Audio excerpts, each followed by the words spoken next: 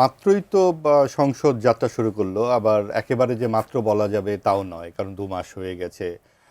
জাতীয় নির্বাচন হলো, ত্রয়োদশ জাতীয় নির্বাচন, বহুল আকাঙ্ক্ষিত, এবং 24-এর গণ অভ্যুত্থানের পর যে মানুষের গণতন্ত্রের জন্যে, জবাবদিহিতার জন্যে, বাক স্বাধীনতার জন্য মানুষের যে সুতীব্র আগ্রহ, এবং সাথে সাথে কিন্তু মানুষের মৌলিক চাহিদাগুলোও খুব বেশি গুরুত্বপূর্ণ।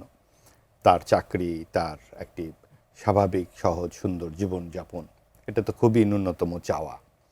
কিন্তু আমরা যে সংসদ দেখতে পাচ্ছি, যে সংসদ আমরা প্রায় 9টি বোধহয় দিবস অতিবাহিত হয়েছে, সেখানে আমরা কি আলোচনা শুনছি?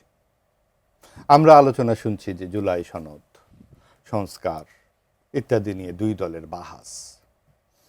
তো সেটা বেশি গুরুত্বপূর্ণ, কারণ জুলাইয়ের যে গণ অভ্যুত্থানের যে একটা প্রত্যয়, স্পিরিট, সেটা তো গণতন্ত্র, বাকস্বাধীনতা অবশ্যই খুবই গুরুত্বপূর্ণ। তার আগের 3টি নির্বাচন হয়নি, মানুষ ভোট দিতে পারেনি, এটা যেমন সত্য, আবার এও সত্য যে সুশাসন এবং গণতন্ত্র সব কিছুই শুধুমাত্র সংবিধানের উপর নির্ভর করে না। তাহলে 80 দশকে পুরো 10 বছর এরশাদ সাহেব এভাবে শাসন করতে পারতেন না, কারণ কোনো সংবিধানে, আমাদের সংবিধানে লেখা ছিল না যেভাবে আপনি শাসন করতে পারবেন। আমাদের সংবিধানে লেখা নাই যে রাতের বেলা ভোট করতে পারবেন, আমি ডামি নির্বাচন করা যাবে। এরশাদ সাহেব ট্রাক তুলে দিয়েছিলেন ছাত্রদের মিছিলে, আপনারা সবাই জানেন, সেগুলো সংবিধানের কোথাও নাই। এমনকি গণ অভ্যুত্থানে এভাবে গুলি করা যাবে, সেটাও নাই। কিন্তু সব কিছু কেন হলো? কারণ গণতন্ত্র অনুপস্থিত ছিল, এবং যারা ক্ষমতায় ছিল, যারা দায়িত্বে ছিল, এবং যারা বিরোধী দলেও ছিল, তারাও পুতুল বিরোধী দল ছিল। এখানে জবাবদিহিতার কোনো সুযোগ ছিল না, দায়িত্ব জ্ঞানহীন আচরণ করেছিলেন সংশ্লিষ্ট সকলেই। আমরা দায়িত্ব জ্ঞান সম্পন্ন আচরণ চাই সরকারি দলের, বিরোধী দলের। বিরোধী দল থেকে আমরা কি দেখছি? বিরোধী দল থেকে আমরা দেখছি যে এই যে হামে 194 জন শিশু মারা গেল, তাদের সেরকম কোনো কথা নাই। আপনার 1 জন 2 জন 3 জন নিহত হলে কিন্তু প্রায় সরকার টলে যায়, আমরা এর আগে দেখেছি। সেটা এর সাথে সময় বলুন, অন্যান্য বিভিন্ন সময় আমরা দেখেছি। তো এবার আমরা বলছি না যে সরকারটাকে টলে ফেলতে হবে, কিন্তু বাস্তবতা কি? তেমন কোনো কথাই নাই বিরোধী দলের। এবং আপনি দেখুন যে এই যে হামের যে ঘটনা, টিকা দেয়নি অন্তর্বর্তীকালীন সরকারের তৎকালীন স্বাস্থ্য উপদেষ্টা, তিনি যে টিকাটা দিলেন না, এটা নিয়ে জবাবদিহিতার আওতায় আনার ব্যাপারেও বিরোধী দলের কোনো আগ্রহ নাই। কেন আগ্রহ নাই? কৃতজ্ঞতার কারণে। কারণ অন্তর্বর্তীকালীন সরকারের কাছে তারা কৃতজ্ঞ। সেই কৃতজ্ঞতা কি সরকারি দলও? কারণ সরকারি দলও কিন্তু এই বিষয়ে কথা বলছেন না। কাজেই আমরা কিন্তু এই রকম একটা বিষয় দেখতে পাচ্ছি যে এক ধরনের যেন প্রীতি ম্যাচ আয়োজন হচ্ছে। সেটা যেমন ছিল নির্বাচনেও, প্রধান একটি দলের অনুপস্থিতিতে বিএনপি এবং জামাত কিন্তু প্রধান হয়ে উঠেছে। বিশেষ করে বিএনপি তো আগেও প্রধান ছিল, শতকরা 40% ভোট তাদের এর আগে ছিল, কিন্তু জামাতের কত ছিল? 3 থেকে 5 ভাগ, 8 ভাগ ভোট, 7 ভাগ ভোট। তারা যে 36% ভোট পেল, এটার কারণ কি? এই পেছনের এই আলাপগুলোতে আর আসবার দরকার নেই।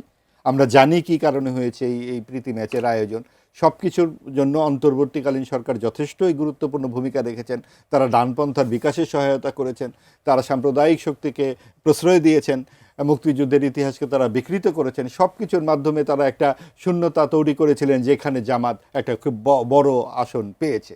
ভালো কথা, কিন্তু তারা সংসদে যাওয়ার পরে কি কাজ করছে? তো সেই জায়গাগুলোতে নানান প্রশ্ন তো আছেই।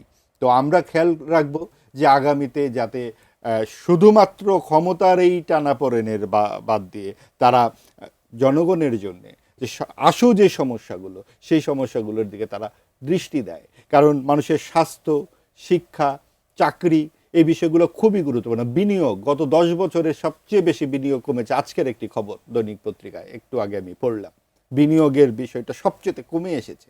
তা 10 বছরে কেন বিনিয়োগ কমছে? আমাদেরকে তো অনেক অন্তর্বর্তীকালীন সরকারের প্রধান উপদেষ্টা অনেক স্বপ্ন দেখিয়েছিলেন বিনিয়োগের জন্য, আমাদের এখানে নাকি কোনো অভাবই থাকবে না। তো এই জায়গাগুলো কেন হচ্ছে? এবং আমি সব শেষ যেই পয়েন্টটি দিয়ে আমি শেষ করব, সেটি হচ্ছে আওয়ামী লীগের দুঃশাসনের কথা আমরা সবাই জানি, এবং আওয়ামী লীগের লুটপাটের খবরও আমাদের জানা আছে, পত্রপত্রিকায় আমরা দেখি। কিন্তু অন্তর্বর্তীকালীন সরকারের লুটপাটের কথা যে কেউ বলে না, বিরোধী দলও বলে না, সরকারি দলও বলে না। কিন্তু আমরা তো দেখতে পাচ্ছি যে স্বাস্থ্যমন্ত্রী বলছেন যে আমাদের গজ ফিতা কেনার টাকা নাই, সিরিঞ্জ কেনার টাকা নাই। তাহলে সে টাকা গেল কোথায়? সেই পুরো অন্তর্বর্তীকালীন সরকারের জবাবদিহিতা এই সংসদ চাইছে না। কেন?